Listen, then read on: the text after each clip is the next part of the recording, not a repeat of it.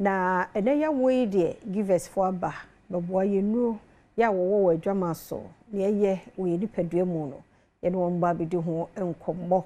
eja ya bibiduro de untumi entoto no ose wa untumi nkokwa ye mu ti eja nimdefo yi ko o makeka bom na ye duro amiatumi anom titie give us enkomodi ni wia wafre number no emu akwa be ibi abokode Dr. Kwabinso ya me adom ne ho ya no achia na maye Adom ma ehwe nu ewo adwama so yo me da se ebusia ene ahwefo ene anope ma me mfa nchi akase fa mamo emra fidi kase so ene anope emra wie do se me no mienu ye bedi ya pomodin ho enkomo give us Herbal Center ya nkofa ba ne ye na anofo Dr. Solomon Kwabi ene ye de nchi akase etumi ede mamo ene anope na me ba chwa na no pe no ma me no endi ni titro eye emma no yensem buo ho enkomo ena no pe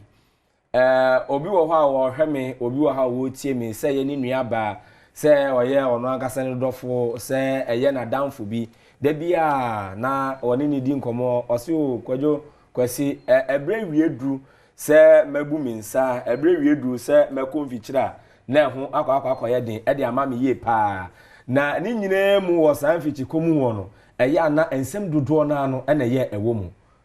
ema ni bi wo hono a obo nso omo de no eye yawudie na ye tai ebe mu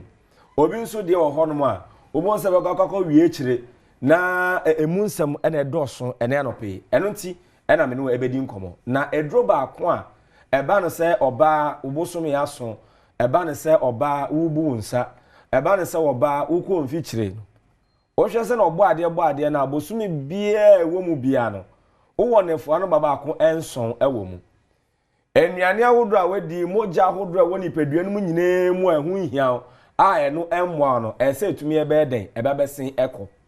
sin na ebe besin akọ no eno na ebe boa ema ni pedua no ebre ne edo nyina no wotumi enya hoden na wotumi enya pomuden epa na obi wo hono na ne de no emma mesin sa nefo enson no obon se ba ayere so a enanu nansa eno kura no dedi kan no ena obon se abapa ne etosumienu na asoko ne eto ada etosumiensa no na se emuse wese na de bia wodena bisa se ennefu ahodo na aka no moja fin na ewo onipedua no mu se ba besen no ehe na eko ehe na ewo edie nso ene nsonso a eye edibre nipedua no eno na bo se sa moja ahodo na aka no na wa wode na no onipedua no no na wa akọ beebi ate obo se bra wo hyeso na untu ho anamo na ebre ne edo nyina no ye nso eye de ebeba o mi de eye normal o 3 days de eye me pa cho na udi nipedua ne nya obo se akọ wie che na wa wode na no nyina sa moja fi no akọ bo eyi e kan se akọ gu ho no bebre na eba bedu bebi na afi de awo ho kra be den aba be ye den e de amawo enu na give us Herbal Center ye ne we ka se mentwen ema sa abre no endu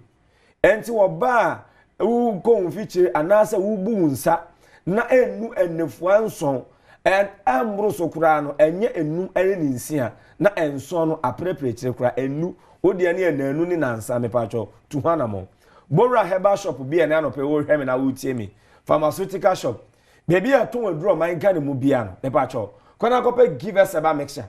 enam ma dubinani dinsia ho do Dr. Solomon Kwabi enam abafu nimde ni so ehu kwansu ndino saa moja na aya poapo ana entumi ma mese na aka wuntini no mu na ekwako sisisi wa wode na no nyina no e ba cho ebeboa ema ni nyina anane ema na ba besen e de akọ na nipedua no etumi enya hoden na wa wo ho ne wa wode ho nso no enkonko fanso nso aso bo ne bia den entumi emfa mmerem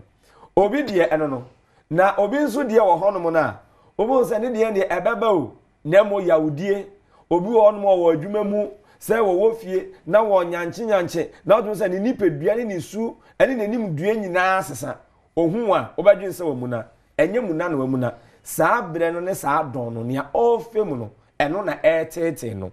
eno ne yekan se ene mremu mentwen se ewunse buo mu ede yawudie ba bebrɛ ma de bia na wusu ene abosome beso afi na wo beye dede na wo bekike mu brono empate mu efie adwuma mu awo obi kura wa adwuma mu a saa abosome ne so waya ato asontino oh ene week e wo menim mi ma adwuma ene week wo ni mi mpie na o hyede mu enti wo ansa mo ato ni din yes so ono kwano no wo nya mpie yi wo nya ma adwuma yi ene jama na ade no aba me pa cho mentwen emen no ema meduso kona kope givers herbal mixture edupe bi ewo herbal shop pharmaceutical shop licensed chemical shop na mpacho na to nanom na emwo ni pedua no bia ma no guso America se ya unti bibia so bebe so ni yebedi nkomo a me ba cho ahoma no na egu nkasafo ni nani no eye 0543 222470 0543 222470 ofa sese ya na ofre ya ye na obedi nkomo na sane ya wo de ne eyew sane ya etie no watumi akire mu ne ya kire akwan ni akwanyasa nso a obetumi afa so anom aduro no obi nso de ohonoma obo se beba pa nanso na mogya no enie ye tu na mogya no ebubu apo e na edi gu mu e ba cho ensese mogya efi ni pedua no mu ba no eye tu ensese mogya oba nso ubu nsa no ensese ebubu apo ekoba ne saa na eye ni pedua no e na edi nsonso asobɔ ne e de ebrɛw enti no kona kopa give us a mixture na kononom ebe boa ema mogya na aboa papa ni nyina no ebe nane no ema mogya no eni etumi ate na aye kama wohu enti me ba cho se o niema mabowa waso nyina no wo hwe na wo yoba se ye wo nua se ye wadanfo se ye wo dofo bi ene wo fa sa ha no mu na oni udi nkomo a e ba cho aduro na ni eye give us herbal mixture eno na na no pe wo hia Onse ebe na do nyina onya adaje ekodwa so ekobisa ne ma bo onto osi omi ko pesika de ato ho no mo o de ma ntwen fa ye na ma no to ho no mo tworo edi no so di fa to ho no mo unnimu da de hia denti be ba cho ekokoba ne sana no akope give us herbal mixture we na ganafo na madwuma pa ene adwuma so adi nti no obi kura won ko kasa tentin bia owura ho no so edutonfo yi be ba cho mami give us entontom eda ho givers entontom eda ho ntipa cho modern na kope bi e wo herbal shop pharmaceutical shop na oba unfiti komu yaudie unfiti komu how amanie bi a wo femu no be pa cho wetumi etu ase na bibia no etumi akonkan ni awonti ase ahomatrofo no eye 0543 222470 0543 222470 na be pa cho na ko tobi nanom we aye give us GC mixture and afi ne capsules we no aye mienu etime pa cho koton so abomoden se obeto ni mienu aye ni nsuo and afi ne topaye be me bia wo hwe me na no pe ya wo tie mi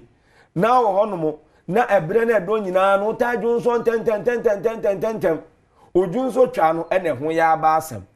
ene me ne wo kase ya me betena se be sime enwotwe ekọ ne nkuro ya mu ene na wakotire abetire saa entwa se ba ne saa me ba twa bomodin netu anamo wo adwonson tentem wo so wo a tie ya ni titiri obi wo no ma obaga na ma no nsuo bebre da bi enye ne saa se wo saa ha na we draw here na no pay eye give us GC mixture ena me pa twa ene ne capsules okoto a oto ne mienu bomu onum nso a na wanum ne mienu di abom se na betumi aboa edro we no etu eye infections ena afa eye enemu yare we bia ase infections ahodo a me no we di nkomo yi ebi wo ma bacteria na de ba ebi wo ma ye fungi na de eba me pa cho enti bomodin na etu ase obi nso wo no abon se enso aprikisini bi na baba gugu eye ne be ma ho ne ni nantemu ene na ha emu nyina me pa cho